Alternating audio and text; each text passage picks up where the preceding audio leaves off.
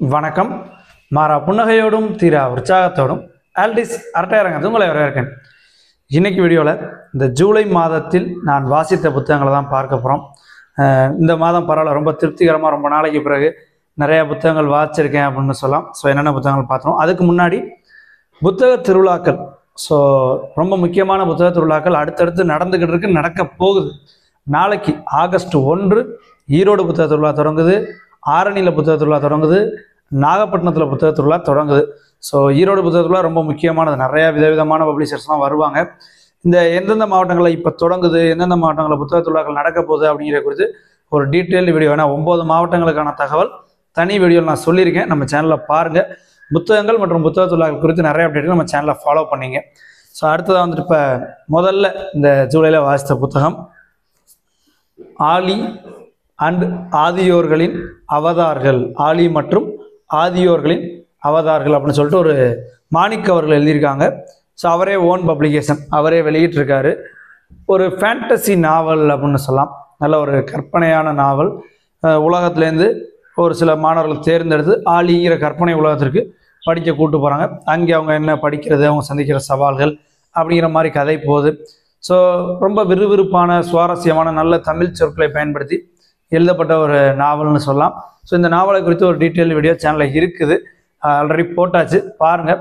So ரொம்ப விறுவிறுப்பான நாவல். இதற்கு அடுத்தது உடல் தீண்டும் தழல், ஏகரசி தினேஷ் அவர்கள் எழுதியது, நம்ம நண்பர். ஸோ எம்ஜே பப்ளிஷிங் ஹவுஸ், அதாவது ஹவுரா பதிப்பகம், அவங்க தான் வெளியிட்டிருக்காங்க. ஏன்னா ஏகரசி தினேஷோட இப்போ தான் சமீபத்தில் நீங்கள் சேனலில் கூட வீடியோ வந்திருக்கும், கூடாரம் மறுத்த கல்யாணம். ரொம்ப பிரமாதமான புத்தகம். அப்படியே ஒரு மாதிரி அதை படித்து முடித்து ரொம்ப சிந்தனையை தூண்ட, அப்படி சீட்டு நுணுக்கி கொண்டு வர வைத்த அந்த மாதிரி ஒரு புத்தகம்னு சொல்லுவேன். அதை பற்றி தனி வீடியோவில் பாருங்கள். ஸோ அது கூடாரம் மறுத்த கல்யாணம் அந்த தொகுப்பில் வந்து ஒரு இடத்துல ஒரு வார்த்தை வரும், உடல் தீண்டா தழல் அப்படின்னு. ஸோ இந்த புத்தகம் உடல் தீண்டும் தழல். ஸோ என்ன மாதிரியான கதை அப்படிங்கிறக்காக ரொம்ப ஆர்வமாக படித்தேன். விறுவிறுப்பான நாவல். அதாவது இது ஒரு விவாதத்தை வாசித்து முடிக்கும் போது நமக்குள்ள ஏற்படுத்துன்னு சொல்லலாம். காதலை குறித்த ஒரு பெரிய பார்வையை, அதை குறித்த வரலாற்று தகவலை, அதை குறித்த ஒரு சிந்தனையை தூண்டுன்னு சொல்லலாம். ஏன்னா ஒருத்தர் ஒரே நேரத்தில் 2 பேர் லவ் பண்ண முடியுமா, அது சரியாக வருமா? ஸோ இதுதான் ரொம்ப மைய புள்ளி. ஒருத்தர் மேலே காதல் வந்ததுக்கு பிறகு இன்னொருத்தர் மேலே காதல் வருமா, வருவது சரியா அப்படிங்கிற போல அந்த ஓட்டத்தில் இருக்கும். ஸோ வாஸ்து பார்த்தீங்கன்னா தெரியும், யார் பக்கமும் நீங்கள் நிற்க முடியாது. இவர் செய்கிறது சரி, அவர் செய்கிறது தப்புன்னு நிற்க முடியாது. ஸோ அப்படி ஒரு சிந்தனையை தூண்டக்கூடிய குறு நாவல் அப்படின்னு சொல்லலாம். அதற்கடுத்து லக்ஷ்மிகர் அவர்கள் எழுதிய கூத்தொன்று கூடிற்று மற்றும் பிற கதைகள், யுவ புரஸ்கார் விருது பெற்ற நூல். ஸோ யுவ புரஸ்கார் விருது பெற்றோன்னே வாழ்த்து சொல்லிட்டு அனுப்பி விடுங்க, உங்கள் புத்தகத்தை படிக்கணும் அப்படின்னு. ஸோ நண்பர் அனுப்பி வைத்தார். ஏன்னா ஏற்கனவே அவருடைய செல்மா சாண்டாவின் அலமாரி பூச்சிகள் அந்த வீடியோ நம்ம சேனலில் இருக்கும், பார்த்துருப்பீங்க. ஸோ ஒரு வித்தியாசமான அணுகுமுறை. இவரோட கதைகள் அந்த ட்ரெடிஷ்னலான கதைகளை போல் இருக்காது, வாசிக்க கொஞ்சம் சிரமம் அளிக்கக்கூடிய கதைகள் தான். ஸோ இந்த புத்தகம் சொல்ல போனால் இப்போ இந்த டக்குன்னு இந்த புத்தகத்துலேருந்து எத்தனை கதை உங்களுக்கு ஞாபகம் கேட்டால் ஒன்று தான் சொல்லுவேன். ஸோ அந்தளவுக்கு ஒரு மாதிரியான வித்தியாசமான கதைகள். அது நல்லா இல்லைன்னு நான் சொல்ல வரல, இது ஒரு புது மாதிரியானவை. இதை படிக்கிறதுக்கு தனியாக ஒரு டைம் ஒதுக்கி படிக்கணும். ஸோ இந்த தொகுப்பை பற்றி நான் தனி வீடியோவில் சொல்கிறேன், இன்னும் வீடியோ எடுக்கலை. ஏன்னா நிறையா இந்த லக்ஷ்மிகரோட புத்தகத்திற்கு வீடியோ எடுக்கும்போது மட்டும் நான் நிறையா நோட்ஸ் எழுதணும் எப்படி அப்படின்னு.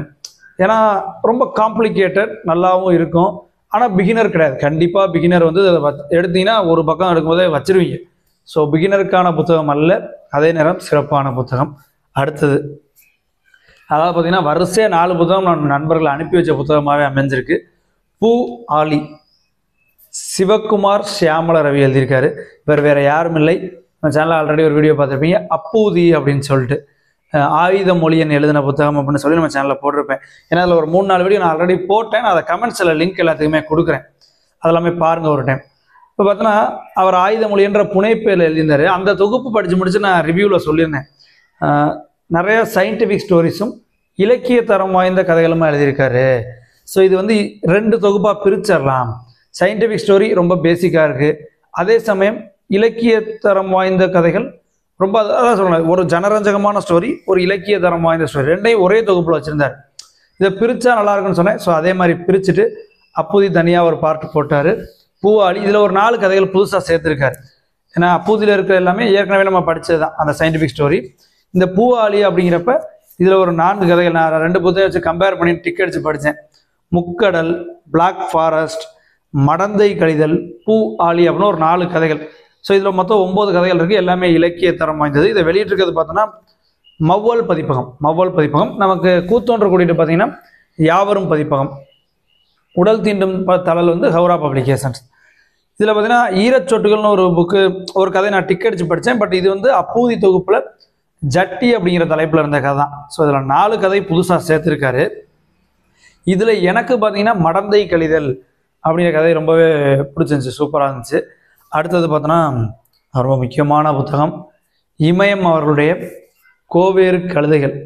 இதை பற்றி தனியாக நான் தனி வீடியோவில் சிறப்பாக சொல்கிறேன். ஏன்னா அந்த இரத்தமும் சதையுமான கதை அப்படின்வாங்க.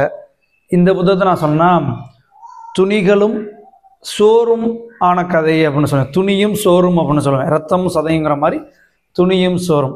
ஏன்னா சலவை தொழிலாளிகளுடைய வாழ்க்கையை சொல்லக்கூடிய ஒரு நாவல், ரொம்ப பிரமாதமான நாவல். வாசித்து முடித்து ஒரு கதாபாத்திரம் உங்கள் மனதில் வந்து அப்படியே மறக்காமல் இருக்கும். நான் தனி வீடியோவில் சொல்கிறேன். எப்படி கருவாச்சி காவியம் வாசிச்ச எல்லாருக்கும் கருவாச்சி மனதை விட்டு பிரிய மாட்டாரோ, வேல்பாரி வாசிச்சவங்களுக்கு பாரி வந்துட்டு மனதை விட்டு பிரிய மாட்டாரோ, அது மாதிரி இதை வாசித்து முடிக்கும் போதும் ஒரு கதாபாத்திரம் உங்கள் மனதை விட்டு பிரிய மாட்டார். தனி வீடியோவில் பார்ப்போம். அடுத்தது KR மீரா அவருடைய மீரா சாது. கோவேறு கழுதைகள் வந்துட்டு கிரியா பப்ளிகேஷன். மீரா சாது வந்து எதிர் வெளியீடு. ஸோ மீரா சாது தான் முதலில் KR மீராவோட புத்தகத்தில் எனக்கு வந்து சஜஷன். பட் நான் திடீர்னு வாட்சது பார்த்தோன்னா யூதாஸின் நற்செய்தி. ஸோ மீரா சாது பார்த்தோன்னா ஒரு பெண்ணின் காதல், அந்த காதலின் பழிவாங்கல் மூலம் அவள் என்ன திருப்திப்படுத்திக்க நினைக்கிறாள் அப்படிங்கிற மாதிரி இருக்குது. இதையும் நான் தனி வீடியோவில் சொல்கிறேன். ரொம்ப அழகான, கையில் எடுத்தோன்னே ஒரே நாளில் வாட்சி முடிக்கக்கூடிய விறுவிறுப்பான அமைப்பில். ஏன்னா எப்போதுமே KR மீராவோட புத்தகங்களுக்கு செந்தில்குமார் மொழிபெயர்ப்பே நான் பாராட்டுவேன். அந்த ஒரு ஃப்ளாலெஸ்னுவாங்க, ஒரு தங்கு தடையற்ற ஓட்டம். ஸோ அது மாதிரி தங்கு தடையின்றி இருக்கும், ரொம்ப சிறப்பாக இருக்குது. அடுத்தது 2 வருடமாக டு பி ரீடில் வச்சுருந்த புத்தகம் வாட்சணும் இந்த வருஷம் வாசிச்சாச்சு. கழிவறை இருக்கை, லதா அவர்கள் எழுதியது. ஸோ சில நேரங்களில் ரொம்ப ஹைப் ஏற்றின புத்தகங்கள் வந்து வாசிக்கும் போது ஏமாற்றத்தை கொடுக்கும். பயங்கர ஹைப் ஏற்றிட்டாங்க, வாசிக்கும் போது ஏமாற்றத்தை. பட் கழிவறை இருக்கை அப்படி கிடையாது, நிறையா தகவல்களை வழங்குது. இதில் என்னென்னா நிறைய தகவல் ஆல்ரெடி எனக்கு தெரிஞ்சது தான் அப்படின்னாலும் அதை இன்னமும் நோட்ஸ் மாதிரி எடுத்துக்கிட்டு இதை கொண்டு போய் சேர்க்கணும் மக்கள்கிட்ட அப்படிங்கிற மாதிரி. ஏன்னா ஒரு ரெகுலரான வாசிப்பு, ஒரு ஓப்பன் மைண்டடாக இருக்கிறவங்களுக்கு இதில் உள்ள தகவல் நிறையா செஞ்சார். ஏன்னா இது வந்து என் நண்பர் ஒருத்தருக்கு படிக்க கொடுத்துருந்தேன். அவர் படித்து சொன்னார், ப்ரோ ஒன்றில் நம்ம தெரிஞ்ச விஷயங்கள்லாம் நிறைய விஷயங்கள் ஓகே அப்படின்ற மாதிரி. அது ஒரு சிக்மண்ட் ஃப்ராய்டோட கோட்பாடு இதெல்லாம் கொண்டு போய் கொஞ்சம் ஓகே எல்லாருக்கும் பரவாயில்ல தெரிஞ்சுக்கிறதுனார்.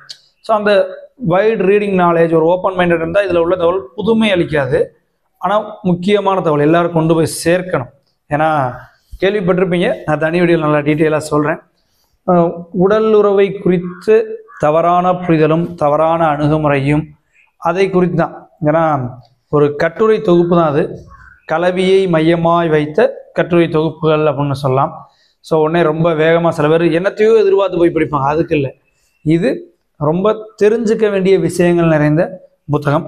இறுதியாக ரொம்ப நாளைக்கு பிறகு இருந்துட்டு அதுக்கு முன்னாடி கழிவறை இருக்கையை பொறுத்தவரையும் நோ ரேப் இம்ப்ரிண்ட் சொல்லிட்டு இருக்காங்க. உங்களுக்கு கிடைக்கும், புக் ஃபேர் போனீங்கனாலே இல்லை நிறைய ஸ்டாலில் செல்லர் சொல்லியாக கிடைக்கும். அடுத்து ரொம்ப நாள் கழித்து ஒரு த்ரில்லர் நாவல் கண்ணதாசன் பதிப்பகத்துலேருந்து ஜேம்ஸ் கேட்லி சேஸ். கிட்டத்தட்ட 1 வருஷம் கழித்து ஒரு வருஷம் 1.5 வருஷம் இருக்கும் ஜேம்ஸ் கேட்லி சேஸ் கடைசியாக படித்தது.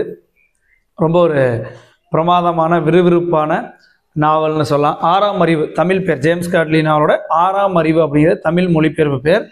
ஆங்கில பேர் பார்த்தோன்னா like a hole in the head. James Hadley சேஸோடது நல்ல விறுவிறுப்பாக இருக்கும். ஸோ அவருடைய கதைகள் எல்லாத்துக்குமே ஒரு மைய புள்ளி இருக்குது. ஸோ இந்த கதை இதுக்கு முன்னாடி படித்தது பூவின் வாசம் புரியும்னு ஒரு கதை, அதெல்லாம் ஒரு மைய புள்ளி இருக்குது. நான் தனி வீடியோவில் சொல்கிறேன் விறுவிறுப்பான வாசிப்புக்கு. ஸோ இந்த புத்தகங்கள் தான் இந்த மாதம் நான் வாசித்த புத்தகங்கள்னு சொல்லலாம். வேகமாக டக்குன்னு பேர சொல்லியிருந்தேன். ஆலி மற்றும் ஆதியோரின் அவதார்கள் மாணிக்க அவர்கள் எழுதியிருக்காரு, ஓன் பப்ளிகேஷன். உடல் தீண்டும் தளல் ஏகரசி தினேஷ் அவர்கள் எழுதியிருக்காரு, ஹவுரா பதிப்பக குழுமம். அடுத்து லக்ஷ்மிகருடைய யுவ புரஸ்கார் விருது பெற்ற கூத்தொன்று கூடிற்று, அது யாவரும் பதிப்பகம். அடுத்து சிவகுமார் சியாமல ரவி அவர்கள் எழுதிய பூ ஆலி ஆயுத மொழி என்ற பேரில் ஏற்கனவே நமக்கு எழுதியிருக்காரு. இது வந்து மவ்வல் பதிப்பகம் வழியாக வெளிவந்திருக்கு. அடுத்து இமயம் அவருடைய கோவேறு கழுதைகள் கிரியா பப்ளிகேஷன்ஸ். அடுத்து மீரா சாது KR மீராவோட புத்தகம் நமக்கு எதிர் வெளியீடு வழியாக வந்திருக்கு. அடுத்து கழிவறை இருக்கை லதாவுடைய ரொம்ப முக்கியமான அனைவரும் வாசிக்க வேண்டிய அவசியமான நூல். அடுத்தது ஜேம்ஸ் கேட்லி சேஸோட 6ஆம் அறிவு. ஸோ இந்த புத்தகங்களை இந்த மாதத்தில் வாசிச்சிருக்கேன். ஒரு சிறப்பான மாதமாக வந்திருக்குது. அடுத்தடுத்த மாதங்கள் எனக்கு பிஸி ஷெடியூல். இதுக்கப்புறம் நான் இனிமேல் நவம்பர் அல்லது டிசம்பரில் தான் இவ்வளோ வாசிக்க முடியும்னு நினைக்கிறேன். பார்ப்போம். புத்தகங்கள் மற்றும் புத்தகத்தில் குறித்து நிறைய அப்டேட்டுகள் நம்ம சேனலில் ஃபாலோ பண்ணிங்க. சேனலுக்கு ஏதாவது ஸ்பான்சர் பண்ணாலும் அவசியம் ஸ்பான்சர் பண்ணுங்கள். மறுபடியும் இன்னொரு வீடியோவில் இன்னும் நிறைய தகவலுடன் சந்திக்கிறேன். தொடர்ந்து வாசிப்போம். நன்றி.